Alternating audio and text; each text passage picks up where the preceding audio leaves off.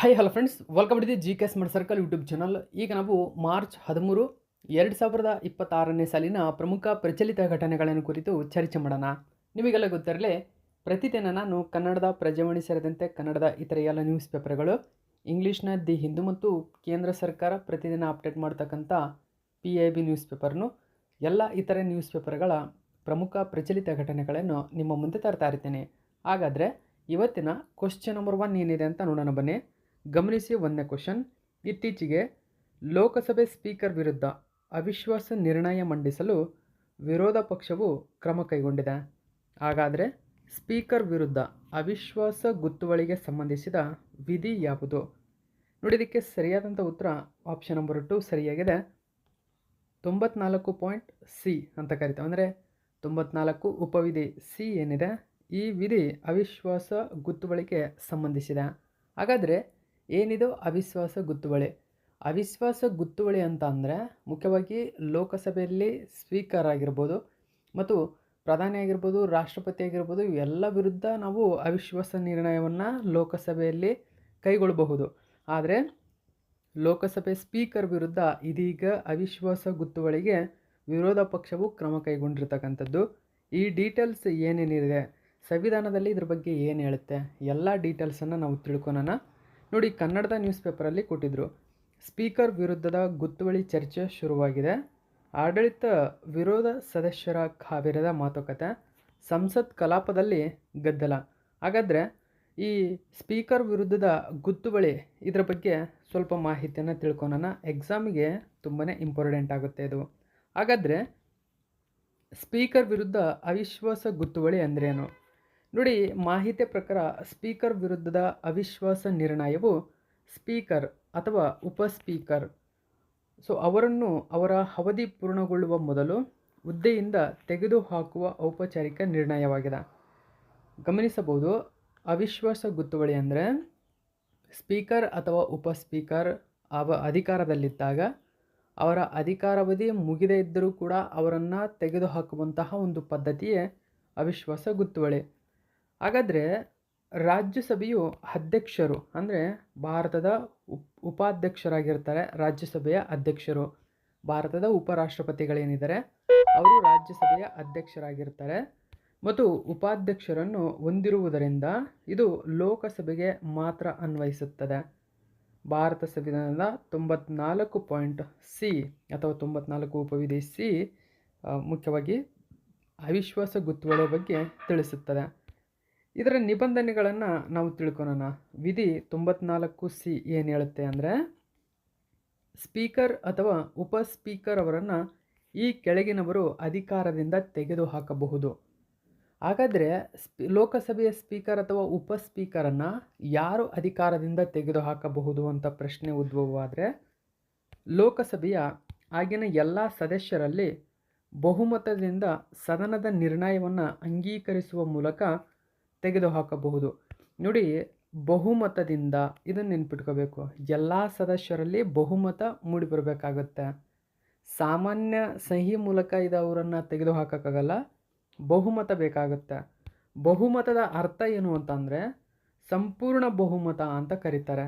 ಸಂಪೂರ್ಣ ಬಹುಮತ ಅಂದರೆ ಸದನದಲ್ಲಿ ಒಟ್ಟು ಪರಿಣಾಮಕಾರಿ ಬಲದ ಬಹುಮತ. ಅಂದರೆ ಕೇವಲ ಸದನದಲ್ಲಿ ಅವತ್ತಿನ ದಿನ ಹಾಜರಿದ್ದ ಸದಸ್ಯರ ಮತ ಚಲಾಯಿಸುವುದರಿಂದ ಬಹುಮತವಾಗುವುದಿಲ್ಲ ಅದು. ಓಕೆ, ನಮ್ಮ ಲೋಕಸಭೆಯಲ್ಲಿ 243 ಈಗ ಸಂಖ್ಯಾಬಲ ಇದೆ ಅಂತಂದರೆ ಅದರ ಅರ್ಧದಷ್ಟು ಬಹುಮತ ಬೇಕಾಗುತ್ತೆ. ಹೀಗೆ ಅರ್ಧದಷ್ಟು ಬಹುಮತ ಕೊಟ್ಟಾಗ ಮಾತ್ರ ಅವರನ್ನು ಅವಿಶ್ವಾಸ ಗೊತ್ತುವಳಿ ಮೂಲಕ ತೆಗೆದುಹಾಕಬಹುದು. ಅವಿಶ್ವಾಸ ಗೊತ್ತುವಳಿ ಮಂಡಿಸುವುದಕ್ಕಿಂತ ಮುಂಚೆ 14 ದಿನಕ್ಕಿಂತ ಮುಂಚೆ ಈ ವಿಷಯವನ್ನು ರಾಷ್ಟ್ರಪತಿ ಅವರಿಗೆ ಸಲ್ಲಿಸಿರಬೇಕಾಗುತ್ತೆ. ಇದರ ಬಗ್ಗೆ ಡೀಟೇಲ್ಸನ್ನು ಕೂಡ ಕೊಡ್ತೇನೆ. ನೋಡಿ, ಸಂವಿಧಾನಿಕ ಮತ್ತು ಕಾರ್ಯವಿಧಾನದ ಚೌಕಟ್ಟುಗಳು ನೋಡಿ. ಲೇಖನ ಅಥವಾ ವಿಧಿ 94 ಏನು ಹೇಳುತ್ತೆ? ರಜೆ, ರಾಜೀನಾಮೆ, ತೆಗೆದುಹಾಕುವಿಕೆ ಬಗ್ಗೆ ತಿಳಿಸುತ್ತೆ. 94ನೇ ವಿಧಿ ಏನು ಹೇಳುತ್ತೆ? ನೋಡಿ, ಸ್ಪೀಕರ್ ಅಥವಾ ಉಪಸ್ಪೀಕರ್ಗಳ ಅಥವಾ ಸ್ಪೀಕರ್ನ ರಜೆ, ರಾಜೀನಾಮೆ ಮತ್ತು ತೆಗೆದುಹಾಕುವಿಕೆ, ಅವರನ್ನು ಅವಿಶ್ವಾಸ ಗೊತ್ತುವಳಿ ಮೂಲಕ ತೆಗೆದುಹಾಕುವಿಕೆ ಬಗ್ಗೆ ತಿಳಿಸುತ್ತೆ. ಇದರಲ್ಲಿ ಸಬ್ ವೈಸ್ ಬರ್ತವೆ. ಹಾಗಾದರೆ ಒಬ್ಬ ಸ್ಪೀಕರ್ ಹುದ್ದೆಯನ್ನು ಖಾಲಿ ಮಾಡಿದಾಗ ಏನೇನೆಲ್ಲ ಇರುತ್ತೆ ಲೋಕಸಭೆಯಲ್ಲಿ ಅಂತ ನಾವು ನೋಡೋದಾದರೆ, ನೋಡಿ, ಸ್ಪೀಕರ್ ಹುದ್ದೆ ಖಾಲಿಯಾದಾಗ ಅವರು ಸದನದ ಸದಸ್ಯರಾಗಿರುವುದನ್ನು ನಿಲ್ಲಿಸಿರುತ್ತಾರೆ. ನೋಡಿ, ಗಮನಿಸಬಹುದು, ಸ್ಪೀಕರ್ ಹುದ್ದೆ ಖಾಲಿಯಾದಾಗ ಸದನದ ಸದಸ್ಯರಾಗುವುದನ್ನು ನಿಲ್ಲಿಸಿರುತ್ತಾರೆ. ಎರಡನೇದಾಗಿ ಉಪಸಭಾಪತಿಗೆ ಲಿಖಿತವಾಗಿ ರಾಜೀನಾಮೆಯನ್ನು ನೀಡುತ್ತಾರೆ. ನೋಡಿ, ಇಲ್ಲಿ ಮುಖ್ಯವಾಗಿ ಗಮನಿಸಬೇಕು, ಅವರು ಲಿಖಿತ ರೂಪದಲ್ಲಿ ರಾಜೀನಾಮೆಯನ್ನು ಉಪಸಭಾಪತಿಗೆ ನೀಡುತ್ತಾರೆ. ಓಕೆ. ಇನ್ನು ಮೂರನೇದಾಗಿ ಆಗಿನ ಎಲ್ಲ ಸದಸ್ಯರಲ್ಲಿ ಬಹುಪಾಲು ಜನರು ಅಂಗೀಕರಿಸಿದಂತಹ ನಿರ್ಣಯದ ಮೂಲಕ ಅವರನ್ನು ತೆಗೆದುಹಾಕಲಾಗುತ್ತದೆ. ಬಹುಪಾಲು ಸದಸ್ಯರು ಅಥವಾ ಜನರು, ಇದು ನೆನಪಿಟ್ಕೋಬೇಕು. ಹಾಗಾದರೆ ಸ್ಪೀಕರ್ ಅವರನ್ನು ಪದಚ್ಯುತಿಗೊಳಿಸುವ ವಿಧಾನ ನಾವು ನೋಡೋದಾದರೆ, ತೆಗೆದುಹಾಕುವ ಪ್ರಕ್ರಿಯೆಯು ರಚನಾತ್ಮಕವಾಗಿದೆ ಮತ್ತು ಅನಿಯಂತ್ರಿತ ಕ್ರಮಗಳನ್ನು ತಡೆಗಟ್ಟಲು ಸಮಯಕ್ಕೆ ಅನುಗುಣವಾಗಿದೆ. ಅದು ಸೂಚನೆಗಳನ್ನು ನೋಡೋಣ. ಅಂದರೆ ಸ್ಪೀಕರ್ ಅವರನ್ನು ಪದಚ್ಯುತಿಗೊಳಿಸುವ ವಿಧಾನಗಳಲ್ಲಿ ತುಂಬಾ ಒಂದು ವೆರೈಟಿಗಳಿದ್ದಾವೆ. ಒಂದನೇದಾಗಿ ನಾವು ನೋಡೋದಾದರೆ ನಿರ್ಣಯದ ಸೂಚನೆ ಅಂತ ಮೊದಲ ಹಂತ. ಇದು ನಿರ್ಣಯದ ಸೂಚನೆ ಅಂದರೆ ಇದು ಮೊದಲ ಹಂತ. ಮೊದಲ ಹಂತದಲ್ಲಿ ಏನು ಮಾಡಬೇಕು, ಲೋಕಸಭೆಯು ಪ್ರಧಾನ ಕಾರ್ಯದರ್ಶಿಗೆ ಲಿಖಿತ ಸೂಚನೆಯನ್ನು ಸಲ್ಲಿಸಬೇಕಾಗುತ್ತೆ.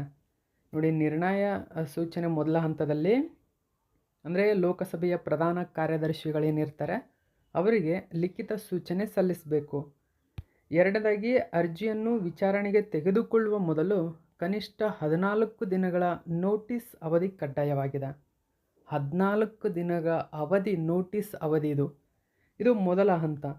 ಸೊ ಈ ಹಂತ ಏನು ನಮಗೆ ತಿಳಿಸುತ್ತೆ ಅಂದರೆ ಕಾರ್ಯವಿಧಾನದ ನ್ಯಾಯಸಮ್ಮತತೆಯನ್ನು ಖಚಿತಪಡಿಸುತ್ತದೆ. ಅಂದರೆ ಇಲ್ಲಿ ಡಿಸ್ಕಷನ್ ಮಾಡಲಾಗುತ್ತದೆ ಈ ಒಂದು ಅವಧಿಯಲ್ಲಿ ಅವರ ಬಗ್ಗೆ, ಮತ್ತು ಹಠಾತ್ ತೆಗೆದುವಿಕೆ ಕ್ರಮಗಳನ್ನು ಇದು ತಡೆಯುವ ಒಂದು ಪ್ರಯತ್ನ ಮಾಡುತ್ತದೆ. 14 ದಿನಗಳ ನೋಟಿಸ್. ಓಕೆ. ಎರಡನೇ ಒಂದು ನಿರ್ಣಯ ಅಂದರೆ ವ್ಯವಹಾರಗಳ ಪಟ್ಟಿಯಲ್ಲಿ ಸೇರ್ಪಡೆ ಅಂತ ಕರೀತಾರೆ. ಅಂದರೆ ಲೀಸ್ಟ್ ಆಫ್ ಬಿಸ್ನೆಸ್ ಅಂತ ಕರೀತಾರೆ. ವ್ಯವಹಾರಗಳ ಪಟ್ಟಿ, ಲೀಸ್ಟ್ ಆಫ್ ಬಿಸ್ನೆಸ್, ಇಲ್ಲಿ ಸೇರ್ಪಡೆಗೊಳಿಸಲಾಗುತ್ತದೆ ಈ ನೋಟಿಸನ್ನು. ಅಂದರೆ 14 ದಿನಗಳ ಸೂಚನೆ ಅವಧಿ ಮುಗಿದ ನಂತರ ಇದು. ಓಕೆ. ಎರಡನೇ ಹಂತ, ವ್ಯವಹಾರಗಳ ಪಟ್ಟಿಯಲ್ಲಿ ಸೇರ್ಪಡೆಗೊಳಿಸಲಾಗುತ್ತದೆ. ಸೊ ಇಲ್ಲಿ ಏನು ಮಾಡಲಾಗುತ್ತೆ, ಈ ಪ್ರಸ್ತಾವನೆಯನ್ನು ಪರಿಗಣನೆಗೆ ವ್ಯವಹಾರ ಪಟ್ಟಿ ಅಂದರೆ ಲೀಸ್ಟ್ ಆಫ್ ಬಿಸ್ನೆಸ್ನಲ್ಲಿ ಸೇರಿಸಲಾಗುತ್ತದೆ. ನಿರ್ಣಯವನ್ನು ಮಂಡಿಸಲು ಅನುಮತಿ ನೀಡಬೇಕೇ ಅಥವಾ ಬೇಡವೇ ಎಂಬುದನ್ನು ಸದನವು ಮೊದಲು ಇಲ್ಲಿ ಪರಿಗಣಿಸುತ್ತದೆ. ಗಮನಿಸಬೇಕು, ಇದು ಎರಡನೇ ಹಂತದಲ್ಲಿ ಸದನ ಇದನ್ನು ಪರಿಗಣಿಸುತ್ತದೆ. ಅಂದರೆ ಈ ಅವಿಶ್ವಾಸ ನಿರ್ಣಯಕ್ಕೆ ಅನುಮತಿ ನೀಡಬೇಕೇ ಅಥವಾ ಬೇಡವೇ ಎಂಬುದನ್ನು ಎರಡನೇ ಹಂತದಲ್ಲಿ ನಿರ್ಣಯ ಕೈಗೊಳ್ಳಲಾಗುತ್ತದೆ. ಮೂರನೇ ಹಂತ ಆರಂಭಿಕ ಪರೀಕ್ಷೆ ಅಂದರೆ ಬೆಂಬಲದ ಅವಶ್ಯಕತೆ ಇರುತ್ತದೆ. ಇಲ್ಲಿ ಇದು ಆರಂಭಿಕ ಪರೀಕ್ಷೆ, ಬೆಂಬಲದ ಅವಶ್ಯಕತೆ. ಸೊ ಇಲ್ಲಿ ಬೆಂಬಲದ ಅವಶ್ಯಕತೆ ಅಂದರೆ ಪ್ರಸ್ತಾವನೆಯನ್ನು ಕೈಗೆತ್ತಿಕೊಂಡಾಗ, ಅಂದರೆ ನಾವು ಮಂಡಿಸಿದಂತಹ ಅವಿಶ್ವಾಸ ಗೊತ್ತುವಳಿ ಪ್ರಸ್ತಾವನೆ ಏನಿದೆ ಇದನ್ನು ಕೈಗೆತ್ತಿಕೊಂಡಾಗ ಕನಿಷ್ಠ 50 ಸದಸ್ಯರು ಬೆಂಬಲವನ್ನು ಎದ್ದು ನಿಂತು ತೋರಿಸ್ಬೇಕಾಗುತ್ತೆ. 50 ಸದಸ್ಯರು ಕನಿಷ್ಠ, ಆ ಕ್ಷಣಕ್ಕೆ 50 ಸದಸ್ಯರು ಬೆಂಬಲ ಕೊಡಬೇಕು. ಇನ್ನು 50ಕ್ಕಿಂತ ಕಡಿಮೆ ಸದಸ್ಯರು ಅದನ್ನು ಬೆಂಬಲಿಸಿದರೆ ಆ ಪ್ರಸ್ತಾವನೆಯು ತಕ್ಷಣವೇ ರದ್ದಾಗುತ್ತದೆ. ನೋಡಿ, ಇದು ಬೆಂಬಲದ ಅವಶ್ಯಕತೆ ಅಂತ ಕರಿತೇವೆ. ಸೊ ಈ ಬೆಂಬಲದ ಅವಶ್ಯಕತೆ ಏನಕ್ಕೆ ಅಂದರೆ ಕ್ಷುಲ್ಲಕ ಚಲನೆಗಳನ್ನು ತಡೆಯಲು ಪ್ರಾಥಮಿಕ ಫಿಲ್ಟರ್ ಆಗಿ ಇದು ಕಾರ್ಯನಿರ್ವಹಿಸುತ್ತದೆ. ಇದು ಮೂರನೇ ಹಂತ. ನಾಲ್ಕನೇ ಹಂತ ಚರ್ಚೆಯ ಅಂತ ಕರೀತಾರೆ. ಚರ್ಚೆಯ ಹಂತ ನಾಲ್ಕನೇದು. ಅಂದರೆ ಈ ನಾಲ್ಕನೇ ಹಂತದಲ್ಲಿ ಪ್ರಸ್ತಾವನೆಯನ್ನು ಒಂದು ವೇಳೆ 50 ಸಂಖ್ಯಾಬಲದ ಸದಸ್ಯರು ಎದ್ದು ನಿಂತು ಅವಿಶ್ವಾಸ ಗೊತ್ತುವಳಿಗೆ ಅವರು ಅಂಗೀಕರಿಸಿದ ನಂತರ ಪ್ರಸ್ತಾವನೆಯನ್ನು ಅಂಗೀಕರಿಸಲಾಗುತ್ತದೆ. ನಾಲ್ಕನೇ ಹಂತದಲ್ಲಿ ಅಂಗೀಕರಿಸಿ ಮುಂದೇನು ಮಾಡುತ್ತದೆ, ಇದನ್ನು 10 ದಿನಗಳ ಒಳಗೆ ಚರ್ಚೆಗೆ ತೆಗೆದುಕೊಳ್ಳಬೇಕಾಗುತ್ತೆ. ನಿರ್ಣಯದಲ್ಲಿ ಉಲ್ಲೇಖಿಸಲಾದಂತಹ ಆರೋಪಗಳಿಗೆ ಚರ್ಚೆ ಸೀಮಿತವಾಗಿದೆ. ಸ್ಪೀಕರ್ಗೆ ತಮ್ಮನ್ನು ತಾವು ಸಮರ್ಥಿಸಿಕೊಳ್ಳಲು ಅವಕಾಶವಿದೆ. ಇಲ್ಲಿ ನೋಡಿ, ಗಮನಿಸಬಹುದು, ನಾಲ್ಕನೇ ಹಂತದಲ್ಲಿ ಸ್ಪೀಕರು ತಮ್ಮನ್ನು ತಾವು ಸಮರ್ಥಿಸಿಕೊಳ್ಳಲು ಇಲ್ಲಿ ಅವಕಾಶ ನೀಡಲಾಗುತ್ತದೆ. ಇದು ನಾಲ್ಕನೇದು. ಓಕೆ, ನಾಲ್ಕನೇ ಪ್ರಮುಖ ಹಂತ ನೋಡಿ. 5ನೇ ಹಂತದಲ್ಲಿ ಮತದಾನದ ಅವಶ್ಯಕತೆ ಬೇಕಾಗುತ್ತೆ ಇಲ್ಲಿ. ಅಂದರೆ ಸ್ಪೀಕರ್ ಅವರನ್ನು ಅವಿಶ್ವಾಸ ಗೊತ್ತುವಳಿಯ ಮೂಲಕ ತೆಗೆದುಹಾಕಲು ಓಕೆ ಮತದಾನದ ಅವಶ್ಯಕತೆ 5ನೇ ಹಂತದಲ್ಲಿ ಬೇಕು. ಸೊ ಈ ಹಂತದಲ್ಲಿ ಈ ಪ್ರಸ್ತಾವನೆಯನ್ನು ಆಗಿನ ಎಲ್ಲ ಸದಸ್ಯರಲ್ಲಿ ಬಹುಮತದಿಂದ ಅಂದರೆ ಸಂಪೂರ್ಣ ಬಹುಮತದಿಂದ ಅಂಗೀಕರಿಸಬೇಕು. ಉದಾಹರಣೆ, ಲೋಕಸಭೆಯ ಪರಿಣಾಮಕಾರಿ ಸಂಖ್ಯಾಬಲ 543 ಆಗಿದ್ದರೆ ಕನಿಷ್ಠ 272 ಮತಗಳು ಬೇಕಾಗಿರುತ್ತದೆ. ಸೊ ಈ ಮೂಲಕ ನಿಲುವಳಿ ಸೂಚನೆಯ ಸಮಯದಲ್ಲಿ ಸ್ಪೀಕರ್ ಪಾತ್ರ ಅಂದರೆ ನೋಡಿ, ನಿಲುವಳಿ ಸೂಚನೆ ಅವಿಶ್ವಾಸ ಗೊತ್ತುವಳಿಯ ಸಂಬಂಧಪಟ್ಟ ಸಮಯದಲ್ಲಿ ಸ್ಪೀಕರ್ ಪಾತ್ರ ನೋಡಿ, ಸಂವಿಧಾನವು ನ್ಯಾಯಸಮ್ಮತತೆಯನ್ನು ಖಚಿತಪಡಿಸಿಕೊಳ್ಳಲು ರಕ್ಷಣೆಗಳನ್ನು ಒದಗಿಸುತ್ತದೆ. ಅಂದರೆ ಪ್ರಸ್ತಾವನೆಯು ಪರಿಗಣನೆಯಲ್ಲಿರುವಾಗ ಅಂದರೆ ಸಾಮಾನ್ಯವಾಗಿ ಉಪಸಭಾಪತಿ ಅಥವಾ ಇನ್ನೊಬ್ಬ ಸದಸ್ಯರು ಅಧ್ಯಕ್ಷತೆಯನ್ನು ವಹಿಸುತ್ತಾರೆ. ನೋಡಿ, ಮೋಸ್ಟ್ ಇಂಪಾರ್ಟೆಂಟ್ ಆಗುತ್ತೆ ಇಲ್ಲಿ. ಸ್ಪೀಕರ್ ಅಧ್ಯಕ್ಷತೆಯನ್ನು ವಹಿಸುವುದಿಲ್ಲ. ಪಾಯಿಂಟನ್ನು ಗಮನಿಸಬೇಕು. ಅಂದರೆ ಅವಿಶ್ವಾಸ ಗೊತ್ತುವಳಿ ಸಮಯದಲ್ಲಿ ಓಕೆ ಸ್ಪೀಕರ್ ಅವರ ಪಾತ್ರ ಏನಾಗಿರುತ್ತದೆ ಅಂದರೆ ಅವರು ಅಧ್ಯಕ್ಷ ಸ್ಥಾನದಿಂದ ಕೆಳಗಿರುತ್ತಾರೆ. ಸೊ ಅವರ ಅಧ್ಯಕ್ಷ ಸ್ಥಾನವನ್ನು ಉಪಸಭಾಪತಿ ಅಥವಾ ಸದನದ ಬೇರೊಬ್ಬ ಸದಸ್ಯರೊಬ್ಬರು ಅಧ್ಯಕ್ಷರಾಗಿ ಕಾರ್ಯನಿರ್ವಹಿಸ್ತಾ ಇರುತ್ತಾರೆ. ಸೊ ಇದನ್ನು ಮೇಯ್ನಾಗಿ ಗಮನಿಸಬೇಕು. ಹಾಗಾದರೆ ಇಲ್ಲಿ ಸ್ಪೀಕರ್ ಏನು ಮಾಡ್ತಾರೆ ಈ ಸಮಯದಲ್ಲಿ ಅಂತಂದರೆ, ಸ್ಪೀಕರ್ ಇಲ್ಲಿ ವಿಚಾರಣೆಯಲ್ಲಿ ಭಾಗವಹಿಸಬಹುದು. ಅವರು ತಮ್ಮನ್ನು ರಕ್ಷಣೆ ಮಾಡಿಕೊಳ್ಳಲು ಮಾತನಾಡಬಹುದು. ಮೊದಲ ಹಂತದಲ್ಲಿ ಮತ ಚಲಾಯಿಸಬಹುದು ಅವರು, ಅಂದರೆ ಅವರ ಪರವಾಗಿ. ಆದರೆ ಟೈ ಆದ ಸಂದರ್ಭದಲ್ಲಿ ನಿರ್ಣಾಯಕ ಮತ ಚಲಾಯಿಸಲು ಸಾಧ್ಯವಿಲ್ಲ. ಒಂದು ವೇಳೆ ಈಕ್ವಲ್ ಬಂತಪ್ಪ ಮತ ಹಾಕಬೇಕಾದ್ರೆ, ಟೈ ಆಗಬೇಕಾಗ ಓಕೆ ಅಂದರೆ ಟೈ ಆಗಿದೆ, ಈಗ ಈಕ್ವಲ್ ಮತ ಬಂದಿದೆ, ಒಂದು ಮತ ಬೇಕಾಗಿರುತ್ತೆ. ಆಗ ಸ್ಪೀಕರ್ ಮತ ಚಲಾವಣೆಗೆ ಅರ್ಹರಲ್ಲ. ಬೇರೊಬ್ಬ ವ್ಯಕ್ತಿ ಅಲ್ಲಿ ಮತ ಚಲಾಯಿಸಬೇಕಾಗುತ್ತೆ. ಸದಸ್ಯರು ಓಕೆ ಲೋಕಸಭೆಯ ವಿಸರ್ಜನೆಯ ನಂತರವೂ ಹೊಸ ಸದನದ ಮೊದಲ ಸಭೆಯವರೆಗೆ ಸ್ಪೀಕರ್ ಅಧಿಕಾರದಲ್ಲಿ ಮುಂದುವರಿಯುತ್ತಾರೆ. ಇದು ಸಂವಿಧಾನಿಕ ಅಧಿಕಾರದ ನಿರಂತರತೆಯನ್ನು ಖಚಿತಪಡಿಸುತ್ತದೆ. ಒಂದು ವೇಳೆ ಅವಿಶ್ವಾಸ ಗೊತ್ತುವಳಿ ಮುಕ್ತಾಯ ಆಯಿತು, ಅವರನ್ನು ತೆಗೆದುಹಾಕಿತು, ನಂತರ ಹೊಸ ಸದನ ರಚನೆಯಾಗುತ್ತೆ. ಅಲ್ಲಿ ಹೊಸ ಸ್ಪೀಕರ್ ಬರುವವರೆಗೂ ಈ ಸ್ಪೀಕರೇ ಅಧಿಕಾರದಲ್ಲಿ ಮುಂದುವರಿತಾರೆ. ಸೊ ಇದನ್ನು ಗಮನಿಸಬೇಕು ನೀವು, ಸ್ಪೀಕರ್ ಅವರ ಪಾತ್ರ ಇದು. ಹಾಗಾದರೆ ಸ್ಪೀಕರನ್ನು ಎಂದಾದರೂ ತೆಗೆದುಹಾಕಲಾಗಿದೆಯೇ? ನೋಡಿ, ಹಲವಾರು ಸ್ಪೀಕರ್ಗಳ ವಿರುದ್ಧ ಅವಿಶ್ವಾಸ ಗೊತ್ತುವಳಿ ಮಂಡನೆಯಾಗಿದೆ. ಒಂದನೇದಾಗಿ ನಾವು ನೋಡೋದಾದರೆ GV ಮಾಳವಂಕರ್ ಆಗಿರ್ಬೋದು, ಹುಕುಂ ಸಿಂಗ್, ಬಲರಾಮ್ ಜಖಾಡ್ ಇವರ ಮೂವರ ವಿರುದ್ಧ ಅವಿಶ್ವಾಸ ಗೊತ್ತುವಳಿ ಮಂಡನೆಯಾಗಿತ್ತು. ಆದರೆ ಇವರು ಯಾರನ್ನೂ ಕೂಡ ಅಧಿಕಾರದಿಂದ ತೆಗೆದುಹಾಕಲಾಗಿಲ್ಲ. ಅವಿಶ್ವಾಸ ಅಂದರೆ ಬಹುಮತ ಸಿಕ್ಕಿಲ್ಲ ಎಂಬುದನ್ನು ಗಮನಿಸಬೇಕು. ಸೊ ಈ ಮೂವರ ಹೆಸರು ಕೂಡ ನಿಮಗೆ ನೆನಪಿರಲಿ, ಇಂಪಾರ್ಟೆಂಟ್ ಆಗುತ್ತೆ ಎಕ್ಸಾಮ್ಗೆ. ಓಕೆ, ಇದು ಒಂದನೇ ಕ್ವಶನ್ನ ಸಂಪೂರ್ಣ ಮಾಹಿತಿ ಆಗಿದೆ. ಇನ್ನು ಎರಡನೇ ಕ್ವಶನ್ ನೋಡಿ, ಇತ್ತೀಚೆಗೆ ಯಾವ ಭಾರತೀಯ ಕಂಪನಿಯು ಮಾರ್ಚ್ 2026ರಲ್ಲಿ 5 ದಶಕಗಳಲ್ಲಿ ದೇಶದ ಮೊಟ್ಟಮೊದಲ ಹೊಸ ಪ್ರಮುಖ ತೈಲ ಸಂಸ್ಕರಣಾಗಾರವಾದ ಅಮೇರಿಕಾ ಫಸ್ಟ್ ರಿಫೈನಿಂಗ್ ಅನ್ನು ಸ್ಥಾಪಿಸಲು ಯುನೈಟೆಡ್ ಸ್ಟೇಟ್ಸ್ನೊಂದಿಗೆ $300 ಬಿಲಿಯನ್ ಸಂಸ್ಕರಣಾಗಾರ ಯೋಜನೆಯಲ್ಲಿ ಪಾಲುದಾರಿಕೆ ಹೊಂದಿದೆ? ನೋಡಿ, ಮೋಸ್ಟ್ ಇಂಪಾರ್ಟೆಂಟ್ ಆಗುತ್ತೆ.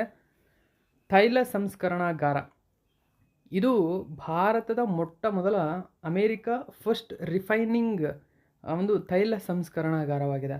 ಹಾಗಾದರೆ ಈ ಬರೋಬ್ಬರಿ ಯೋಜನೆಯ ಒಟ್ಟು ಮೊತ್ತ ಎಷ್ಟು ಅಂದರೆ 300 ಬಿಲಿಯನ್ ಅಂತ ಕರೆಯಿದೆ. 300 ಬಿಲಿಯನ್ ಸಂಸ್ಕರಣಾಗಾರದ ಒಂದು ಯೋಜನೆ. ಅಮೇರಿಕಾದೊಂದಿಗೆ ಟೈಅಪ್ ಆಗಿರತಕ್ಕಂಥ ಭಾರತದ ಪ್ರಖ್ಯಾತ ಕಂಪನಿ ಅಂದರೆ ರಿಲಯನ್ಸ್ ಇಂಡಸ್ಟ್ರೀಸ್ ಲಿಮಿಟೆಡ್. ನೋಡಿ, 300 ಬಿಲಿಯನ್ ಅಂದರೆ ಸರಿ ಸುಮಾರು ಗಮನಿಸಬಹುದು ನೀವು, ಡಾಲರ್ ರೂಪದಲ್ಲಿ ಇದನ್ನು ಕೊಟ್ಟಿರ್ತಕ್ಕಂಥದ್ದು.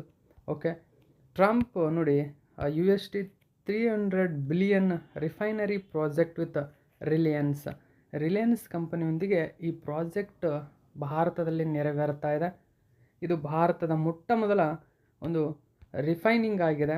ಓಕೆ, ಹೆಚ್ಚಿನ ಡೀಟೇಲ್ಸ್ ಇದರ ಬಗ್ಗೆ ನಾವು ತಿಳ್ಕೊಳ್ಳೋಣ.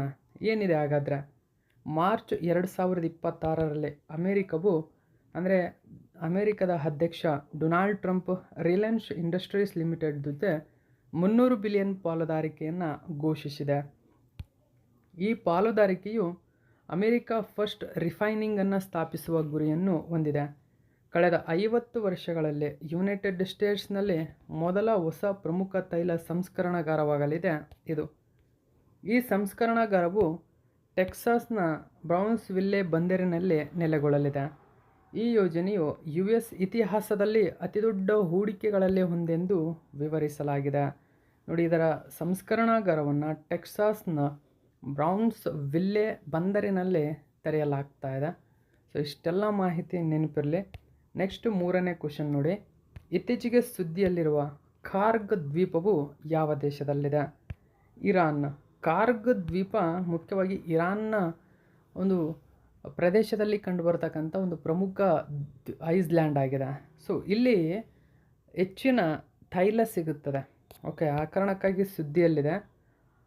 ಏನಿದೆ ಡೀಟೇಲ್ಸ್ ಹಾಗಾದರೆ ನ್ಯೂಸ್ ಪೇಪರಲ್ಲಿ ಕೊಟ್ಟಿದ್ರು, ಗಮನಿಸಬಹುದು ಈ ಒಂದು ಪ್ರದೇಶವನ್ನು ನೀವು ನೋಡಿ. ಕಾರ್ಗ್ ದ್ವೀಪವು ಉತ್ತರ ಪರ್ಷಿಯಾ ಕೊಲ್ಲಿಯಲ್ಲಿರುವ ಇರಾನ್ನ ಒಂದು ಸಣ್ಣ ಹವಳದ ದ್ವೀಪ. ಇದನ್ನು ಇತ್ತೀಚೆಗೆ ಅಮೆರಿಕದ ತಂತ್ರಜ್ಞಾನ ಚರ್ಚೆಗಳಲ್ಲಿ ಪ್ರಸ್ತಾಪಿಸಲಾಗಿದೆ. ಆ ಕಾರಣಕ್ಕಾಗಿ ಸುದ್ದಿಯಲ್ಲಿದೆ. ಇದು ಕೇಳಬಹುದು, ಕಾರ್ಗ್ ದ್ವೀಪ ಇತ್ತೀಚೆಗೆ ಸುದ್ದಿಯಲ್ಲಿದೆ, ಎಲ್ಲಿದೆ ಇದು ಅಂತ.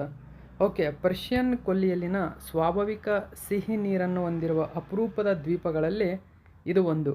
ಈ ನೀರು ರಂಧ್ರಯುಕ್ತ ಸುಣ್ಣದ ಕಲ್ಲು ಶಿಲಾರಚನೆಗಳಲ್ಲಿ ಸಂಗ್ರಹವಾಗಿದೆ. ನೋಡಿ, ನಾನು ಮ್ಯಾಪಲ್ಲಿ ತೋರಿಸ್ತೀನಿ. ಇರಾನನ್ನು ನೀವಿಲ್ಲಿ ಗಮನಿಸಬಹುದು. ಇದು ಇರಾನ್ ದೇಶ. ಇರಾನ್ ದೇಶದ ಈ ಭಾಗದಲ್ಲಿ ಗಮನಿಸಬಹುದು. ಸೊ ಕಾರ್ಗ್ ಐಸ್ಲ್ಯಾಂಡ್ ಕಂಡುಬರುತ್ತದೆ ನೋಡಿ ಇಲ್ಲಿ ಚಿಕ್ಕದಾಗಿ. ಸೊ ಈ ಐಸ್ಲ್ಯಾಂಡ್ ಬಗ್ಗೆ ಚರ್ಚೆಯಾಗ್ತಾ ಇದೆ. ಅದು ಕಾರ್ಗ್ ದ್ವೀಪದ ತಂತ್ರಾಂತಿಕ ಮಹತ್ವವು ಹಾರ್ಮುಜ್ ಜಲಸಂಧಿಯ ಸಮೀಪದಲ್ಲಿರುವುದರಿಂದ ಇದು ಜಾಗತಿಕ ತೈಲ ಸಾಗಣೆಯ ಪ್ರಮುಖ ಮಾರ್ಗವಾಗಿದೆ.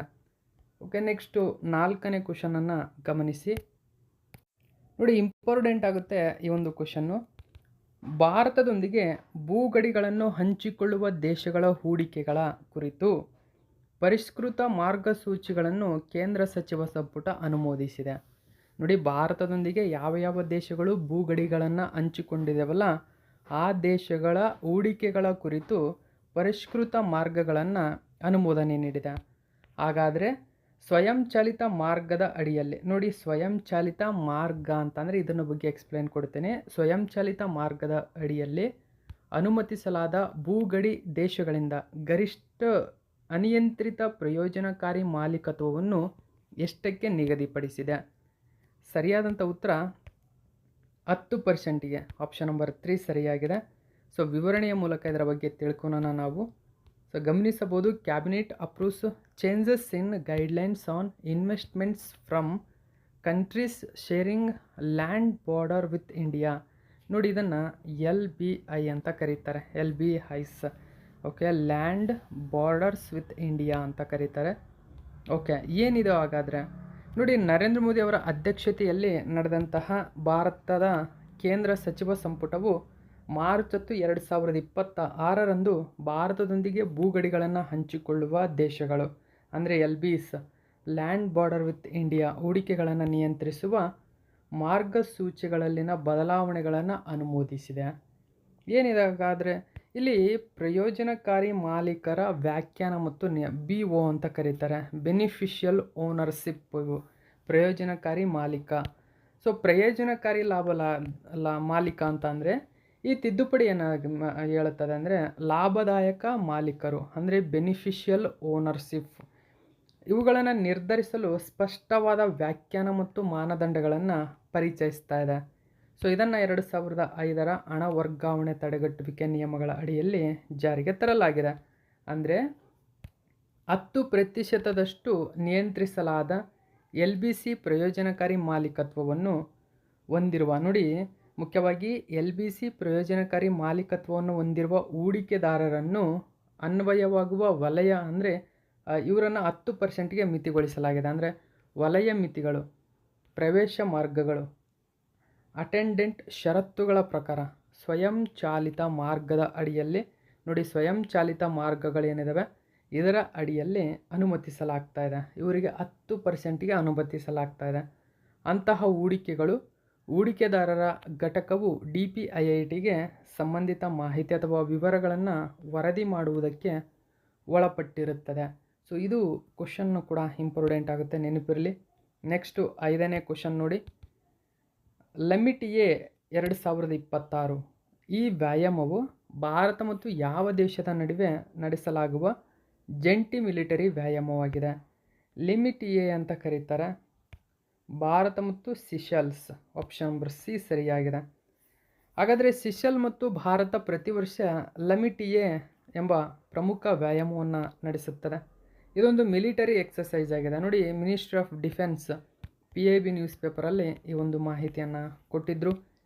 ಸೊ ಗಮನಿಸಬಹುದು ನೀವು, ಇಂಡಿಯಾ ಇಲ್ಲಿ ಮುಖ್ಯವಾಗಿ ಸಿಷೆಲ್ ದೇಶದೊಂದಿಗೆ ಈ ಎಕ್ಸಸೈಸ್ LMITA 2026 ಪ್ರಾರಂಭಿಸಿದೆ. ಇದೊಂದು ಜಾಯಿಂಟ್ ಮಿಲಿಟರಿ ಎಕ್ಸಸೈಸ್ ಆಗಿದೆ. ಓಕೆ, ಹೆಚ್ಚಿನ ಡೀಟೇಲ್ಸ್ ಗಮನಿಸಬಹುದು ನೀವು. ಸಿಷೆಲ್ಸ್ ಮತ್ತು ಭಾರತದ ನಡುವೆ ನಡೆಯುತ್ತದೆ. 2001ರಿಂದ ದ್ವೈವಾರ್ಷಿಕವಾಗಿ, ಅಂದರೆ 2 ವರ್ಷಗಳಿಗೊಮ್ಮೆ ನಡೆಸಲಾಗ್ತಾ ಇದೆ. ಇಲ್ಲಿ ಸಿಷೆಲ್ಸ್ನಲ್ಲಿ ಕ್ರಿಯೋಲ್ ಭಾಷೆ ಇದೆ. ಈ ಭಾಷೆಯಲ್ಲಿ ನಾವು LMITA ಅಂದರೆ ಸ್ನೇಹ ಎಂಬ ಅರ್ಥವನ್ನು ಕೊಡುತ್ತದೆ. ಇದು ಅರೆ ನಗರ ಪರಿಸರದಲ್ಲಿನ ಕಾರ್ಯಾಚರಣೆಗಳಿಗಾಗಿ ಎರಡೂ ಸೇನಾಪಡೆಗಳ ನಡುವಿನ ಸಹಕಾರ ಮತ್ತು ಕೌಶಲ್ಯ ವಿನಿಮಯವನ್ನು ಹೆಚ್ಚಿಸಲು 12 ದಿನಗಳ ಕಾಲ ನಡೆಯುವಂತಹ ಒಂದು ಪ್ರಮುಖ ಜಂಟಿ ಮಿಲಿಟರಿ ತರಬೇತಿ ವ್ಯಾಯಾಮವಾಗಿದೆ. ಈ ವರ್ಷ ಆತಿಥೇಯ ದೇಶ ಸಿಷೆಲ್ಸ್. ನೋಡಿ, ಈ ವರ್ಷ ಯಾವ ದೇಶ ಇದನ್ನು ಆತಿಥ್ಯ ವಹಿಸಿದೆ ಅಂತ ಕೇಳಿದ್ರೆ ಸಿಷೆಲ್ಸ್ ಎಂಬುದು ನೆನಪಿರಲಿ. ಭಾಗವಹಿಸುವರು ಅಸ್ಸಾಂ ರೆಜಿಮೆಂಟ್ ಭಾಗವಹಿಸ್ತಾ ಇದೆ, ನೌಕಾಪಡೆ ಮತ್ತು ವಾಯುಪಡೆ. ಇದು 11ನೇ ಆವೃತ್ತಿ 3 ಸೇವೆಗಳು ಭಾಗವಹಿಸ್ತಾ ಇದ್ದಾವೆ. ನೋಡಿ, ಗಮನಿಸಬಹುದು, 11ನೇ ಆವೃತ್ತಿ LMITA ಒಂದು ವ್ಯಾಯಾಮ ಭಾರತ ಮತ್ತು ಸಿಷೆಲ್ಸ್ ದೇಶದ ನಡೀತಾ ಇದೆ. ಉದ್ದೇಶ ಶಾಂತಿ ಪಾಲನಾ ಕಾರ್ಯಾಚರಣೆಗಳಲ್ಲಿ ಪರಸ್ಪರ ಸಹಕಾರ ಹೆಚ್ಚಿಸುವುದು ಮತ್ತು ಅರೆ ನಗರ ಪರಿಸರದಲ್ಲಿ ತಂತ್ರಗಳನ್ನು ಅಭ್ಯಾಸ ಮಾಡುವಿಕೆಗೆ ಸಂಬಂಧಪಟ್ಟಿದೆ. ಓಕೆ, ನೆಕ್ಸ್ಟು 6ನೇ ಕ್ವಶನನ್ನು ಗಮನಿಸಿ. ಮಾರ್ಚ್ 2026ರಲ್ಲಿ ತಮಿಳುನಾಡಿನಲ್ಲಿ ಈ ಕೆಳಗಿನ ಯಾವ ವಿಮಾನ ನಿಲ್ದಾಣವನ್ನು ಅಂತಾರಾಷ್ಟ್ರೀಯ ವಿಮಾನ ನಿಲ್ದಾಣವೆಂದು ಘೋಷಿಸಲು ಕೇಂದ್ರ ಸಚಿವ ಸಂಪುಟ ಅನುಮೋದನೆಯನ್ನು ನೀಡಿತು? ಸರಿಯಾದಂಥ ಉತ್ತರ ಮದುರೈ. ನೋಡಿ, ಇನ್ನು ಮುಂದೆ ಮದುರೈ ಅಂತಾರಾಷ್ಟ್ರೀಯ ವಿಮಾನ ನಿಲ್ದಾಣವಾಗಿದೆ. ಓಕೆ, ಕೇಂದ್ರ ಸಚಿವ ಸಂಪುಟ ತಮಿಳುನಾಡಿನಲ್ಲಿರ್ತಕ್ಕಂತಹ ಮದುರೈ ವಿಮಾನ ನಿಲ್ದಾಣವನ್ನು ಅಂತಾರಾಷ್ಟ್ರೀಯ ವಿಮಾನ ನಿಲ್ದಾಣವೆಂದು ಘೋಷಣೆ ಮಾಡಿದೆ. So ministry of civil aviation ಈ ನಿರ್ಧಾರವನ್ನು ಕೈಗೊಂಡಿದೆ. Cabinet approves declaration of Madurai airport ತಮಿಳುನಾಡಿನಲ್ಲಿದೆ ಆ್ಯಸ್ ಆನ್ ಇಂಟರ್ನ್ಯಾಷನಲ್ ಏರ್ಪೋರ್ಟ್. ಇನ್ನು ಮುಂದೆ ಅದು ಅಂತಾರಾಷ್ಟ್ರೀಯ ವಿಮಾನ ನಿಲ್ದಾಣ ಎಂಬ ಹೆಗ್ಗಳಿಕೆಗೆ ಪಾತ್ರವಾಗ್ತಾ ಇದೆ. ಓಕೆ, PIB ನ್ಯೂಸ್ ಪೇಪರಲ್ಲಿ ಈ ಒಂದು ಮಾಹಿತಿ ಕೊಟ್ಟಿದ್ದರು. ತಮಿಳುನಾಡಿನಲ್ಲಿರ್ತಕ್ಕಂಥ ಮದುರೈಯನ್ನು ನಾವು ದೇವಾಲಯಗಳ ನಗರ ಅಂತ ಜನಪ್ರಿಯವಾಗಿ ಕರೀತಾರೆ. ಸಂಗಮ್ ಯುಗದ ಸಾಹಿತ್ಯ ಇಲ್ಲಿ ಕಂಡುಬರುತ್ತದೆ. ಇತಿಹಾಸದಲ್ಲಿ ನಾವು ನೋಡೋದಾದರೆ ಮದುರೈ ಪಾಂಡ್ಯರಾಗಿರ್ಬೋದು, ಇಲ್ಲಿ ಸಂಗಮ್ ಯುಗಕ್ಕೆ ಸಂಬಂಧಪಟ್ಟಿರ್ತಕ್ಕಂಥವ್ರು ದೇವಾಲಯಗಳ ನಗರ ಅಂತ ಮದುರೈಯನ್ನು ಕರೀತಾರೆ. ಸೊ ಇದು ಕೂಡ ನೆನಪಿರಲಿ. ಈ ವಿಮಾನ ನಿಲ್ದಾಣವು ತಮಿಳುನಾಡಿನ ಅತ್ಯಂತ ಹಳೆಯ ವಿಮಾನ ನಿಲ್ದಾಣಗಳಲ್ಲಿ ಒಂದು. ಓಕೆ, ನೆಕ್ಸ್ಟು 7ನೇ ಕ್ವಶನ್ ಗಮನಿಸಿ. ಅಟ್ಟಕ್ಕಲ್ ಪೊಂಗಲ್ ಹಬ್ಬವನ್ನು ಮುಖ್ಯವಾಗಿ ಭಾರತದ ಯಾವ ರಾಜ್ಯದಲ್ಲಿ ಆಚರಿಸಲಾಗುತ್ತದೆ? ಕೇರಳ. ಆಪ್ಷನ್ ನಂಬರ್ 1 ಸರಿಯಾಗಿದೆ. ಅಟ್ಟಕ್ಕಲ್ ಪೊಂಗಲ್ ಹಬ್ಬ ಈಗ ಆರಂಭಗೊಂಡಿದೆ. ಅಟ್ಟಕ್ಕಲ್ ಪೊಂಗಲ್. ಓಕೆ, ಹೆಚ್ಚಿನ ಡೀಟೇಲ್ಸ್ ಇದರ ಬಗ್ಗೆ ನೋಡಿ. ಈ ಹಬ್ಬವನ್ನು ಮುಖ್ಯವಾಗಿ ಕೇರಳ ರಾಜ್ಯದಲ್ಲಿ ಆಚರಿಸಲಾಗುತ್ತದೆ. ತಿರುವನಂತಪುರದ ಪ್ರಸಿದ್ಧ ಅಟ್ಟಕ್ಕಲ್ ಭಾಗವತಿ ದೇವಸ್ಥಾನದಲ್ಲಿ ನಡೆಯುವಂತಹ 10 ದಿನಗಳ ಉತ್ಸವ ಇದು. ವಿಶ್ವದಲ್ಲೇ ಅತಿ ಹೆಚ್ಚು ಮಹಿಳೆಯರು ಸೇರುವಂತಹ ಧಾರ್ಮಿಕ ಕೂಟ ಇದು. ಆ ಕಾರಣಕ್ಕಾಗಿ ಇದನ್ನು ಗಿನ್ನಿಸ್ ದಾಖಲೆಗೆ ಸೇರ್ಪಡೆಗೊಳಿಸಲಾಗಿದೆ. ಇಲ್ಲಿ ಅಕ್ಕಿ ಪೊಂಗಲ್ ದೇವಿಗೆ ಅರ್ಪಿಸಲಾಗುತ್ತದೆ, ಅಕ್ಕಿ ಪೊಂಗಲನ್ನು. ಇನ್ನು 8ನೇ ಕ್ವಶನನ್ನು ಗಮನಿಸಿ. ಮಾರ್ಚ್ 2026ರಲ್ಲಿ ಕೇಂದ್ರ ಸಚಿವ ಸಂಪುಟವು ಜಲಜೀವನ್ ಮಿಷನ್ ಪುನರ್ರಚನೆಗೆ ಅನುಮೋದನೆಯನ್ನು ನೀಡಿದೆ. ನೋಡಿ, ಜಲಜೀವನ್ ಮಿಷನ್ ಏನಿದೆ ಇದರ ಯೋಜನೆಗೆ ಮತ್ತೆ ಕೇಂದ್ರ ಸರ್ಕಾರ ಮುಂದಾಗಿದೆ. ಹಾಗಾದರೆ ಜಲಜೀವನ್ ಮಿಷನ್ 2.0 ಅಂತ ಕರೀತಾರೆ ಇದನ್ನು.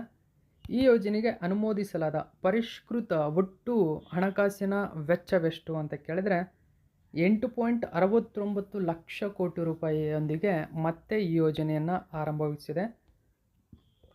ಕನ್ನಡದ ನ್ಯೂಸ್ ಪೇಪರಲ್ಲಿ ಒಂದು ಮಾಹಿತಿಯನ್ನು ಕೊಟ್ಟಿದ್ದರು, ಗಮನಿಸಬಹುದು. ಜಲಜೀವನ್ ಮಿಷನ್ 2.0 ಯೋಜನೆ ಚಾಲನೆ ಸೇರಿ 8.7 ಲಕ್ಷ ಕೋಟಿ ರು ಮೌಲ್ಯದ ಮೂಲಸೌಕರ್ಯ ಮತ್ತು ಸಾರ್ವಜನಿಕ ಉಪಯುಕ್ತತೆಗೆ ಉಪಕ್ರಮಗಳನ್ನು ಕೇಂದ್ರ ಸಚಿವ ಸಂಪುಟ ಅನುಮೋದಿಸಿದೆ. ಮಾರ್ಚ್ 10, 2026ರಂದು ಪ್ರಧಾನಿ ನರೇಂದ್ರ ಮೋದಿಯವರ ಅಧ್ಯಕ್ಷತೆಯಲ್ಲಿ ನಡೆದಂತಹ ಕೇಂದ್ರ ಸಚಿವ ಸಂಪುಟವು ಈ ಮಿಷನ್ ಅನುಷ್ಠಾನವನ್ನು ಪುನರ್ರಚಿಸಲು ಜಲಶಕ್ತಿ ಸಚಿವಾಲಯದ ಪ್ರಸ್ತಾವನೆಗೆ ಅನುಮೋದನೆ ನೀಡಿದೆ.